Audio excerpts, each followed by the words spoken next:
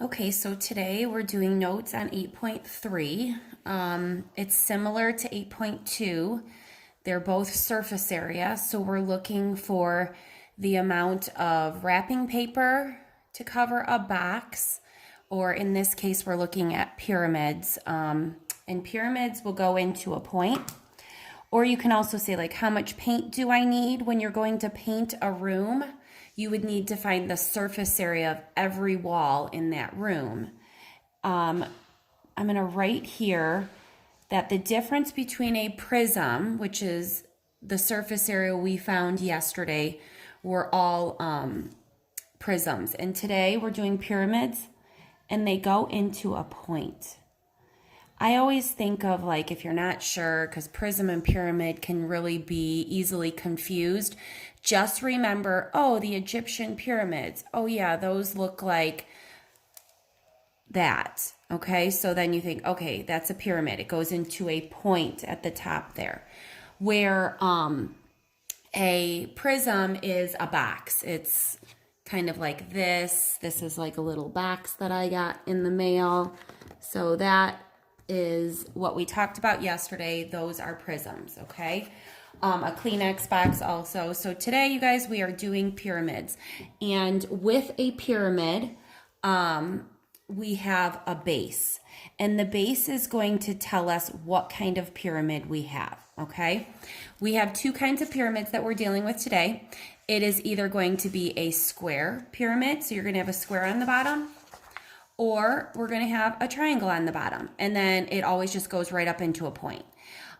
There's always triangles along the, I want to say, like the faces that come across or come off of right here, and then they fold up like this and make this pyramid, okay? So the same thing happens with the box, except here you have three triangles that meet up in the point, but when you have a square on the bottom, you obviously have a triangle off of that side, that side, that side, and that side. There are four sides to a square, so you'd have four triangles that then meet up in the point like that right there. So this right here is a square pyramid. On the back, it's a triangular pyramid, okay? So you'll have a triangle on the bottom and only three other triangles. So a total of four triangles in a triangular pyramid, sorry. So moving back, we have right here a square pyramid.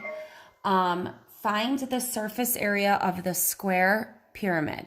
So I want to find the surface area of each of the objects here, or each of the figures. So, sorry. Use a net to find the surface area or the area of each face. This right here is a net. You guys learned how to draw nets in 8.1. I'm not always great at drawing. If you're not amazing and you feel uncomfortable drawing them, you always just do your best. I know, you know, some of you guys are probably a little intimidated by that, but you know, you draw, this one's not too bad, a square on the bottom and a triangle coming out from all of the sides, okay? All of these triangles here are going to be exactly the same size. So once you find one, you could just multiply by 4 to get, you know, the total of those areas or surface areas. So I'm going to do the bottom here, which is a square. It's obviously 7 there, 7 there. This must be 7, this must be 7 because it's a square. So 7 across, 7 over there. So I'm just going to find the base here. The base, like I said, is a square. So it's just base times height or length times width. So 7 times 7. So you'll get a total of 49 for the base. And then you have 4 triangles there. So 1, 2, 3, 4. So you have triangles, and there are 4 of them. So you can do 4, and then the 1/2 base times height.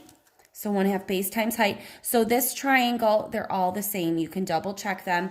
1/2 the base 7, and the height is 10. That they're all 7 because obviously of the square, and then they all have to be the 10 because otherwise they wouldn't meet in the point. So why did I put a 4 there? There's 4 of them. I just did the area of the triangle. They're all the same. So 1/2 7 by 10, 7 times 10. you can do half of 4 and just realize that there's 2 there. You can also use this to take half of 10, although like I've told you before, I like to leave 10s because multiplying by 10s are typically easier. Half of 7 is 3.5. I really don't want to do that. So there's lots of ways I can look at this. I probably will go with half of 2. You can do this in any order because it's all multiplication. And then go to this, and then I don't know, well, 2 times 7, 14 times 10, that's not too bad. 70 times 2 is also not too bad. I think most of you guys can get to the 140, but don't forget that guy up there. This is just the 4 triangles, and then you need the base so that you'll have a total of 189. And don't forget, it's meters squared. Area is always length times width, base times height, but it always has 2 units or 2 lengths or widths or distances, I guess is the best way to put it, that you're going to be using. So meters times meters, you're going to get, and same thing here, 7 to 10 meters. So 189 meters squared. There is an example in your book, number 3. Before I move on to the one more, let me show you. Let me make sure. I thought it was example 3. This is 8.3. Yeah, I'm going to do this one at the bottom here. This number 3, I know it's kind of hard to see, but it is in your book on page 370. I'm only choosing that one because I think it's probably one of the more challenging ones that they give as another example down there. So let me just kind of go through what we would do here. So you can see it's a square on the bottom. You can't see it real well, but hopefully most of you guys will see you've got that, and then you kind of got to just realize that they say right here in the directions, find the surface area of the square pyramid. This one is hardest to see. Do make that note for you so that you know that that's a square, because you really never like to assume things that like maybe back there there's a line like that and it's just one triangle back there and this would be a triangular pyramid. That's not the case here. It is a square pyramid. So we're going to find the surface area. So I'm going to do 4 by 4 for the bottom. That's going to give me my base of 16. And then I'm going to multiply 4 by 4 to get all 4 of these. It's going to be 1/2. The base is going to be 4 because obviously I have 4 there. So 4 there also. It's a square. They're all the same size. So 1/2 the base times the height is 3.6. So I'm going to write that down, but that's how I got that one. That's in your book on page 370. It's number 3. So the 4 times the 4 is the base. Plus I have 4 triangles, and my triangle formula is 1/2 base times height. The base is still 4. It's the same as that.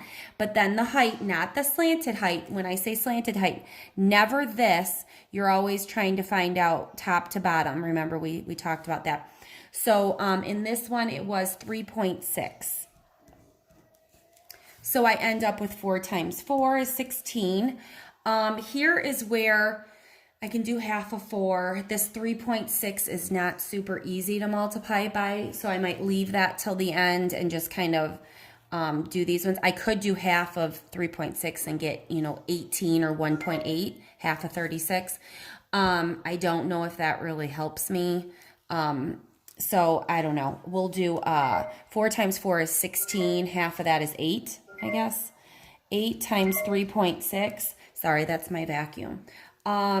So I'm just going to take this off to the side and multiply 3.6 times 8, 48.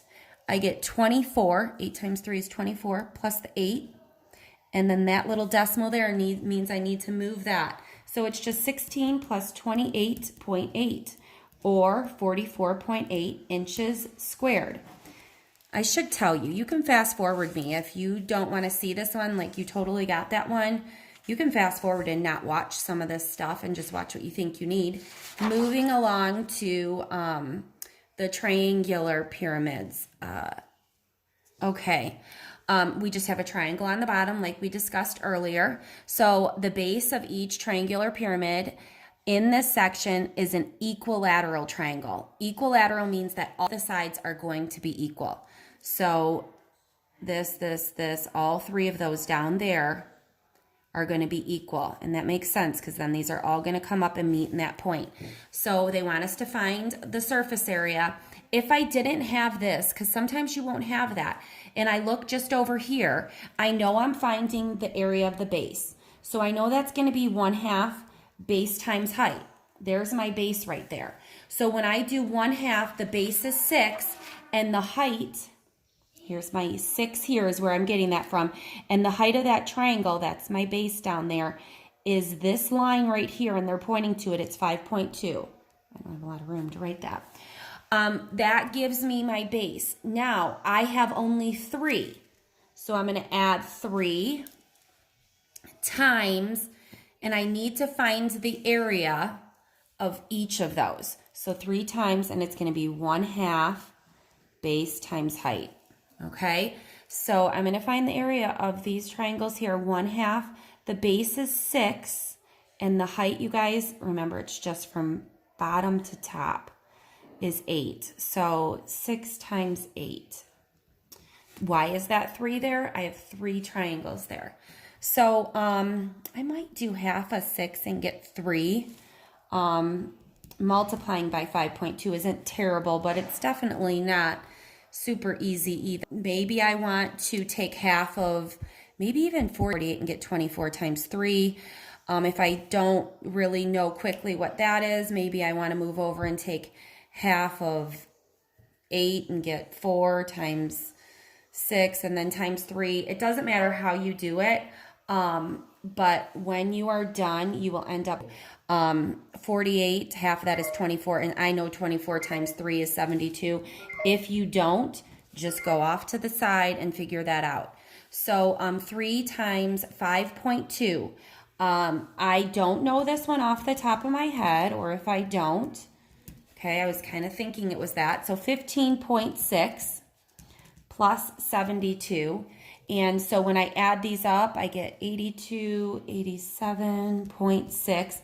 I don't want to forget my feet squared. Remember, we're doing area, surface area. So we always have length times width or base times height. So we have 2 units that get multiplied. So you get the whatever squared. I think I am going to do one more from the bottom here. This one right here. I'm just going to quickly do that. So I'm going to do 1/2 base times height of this bottom one. So 2 times 1.7.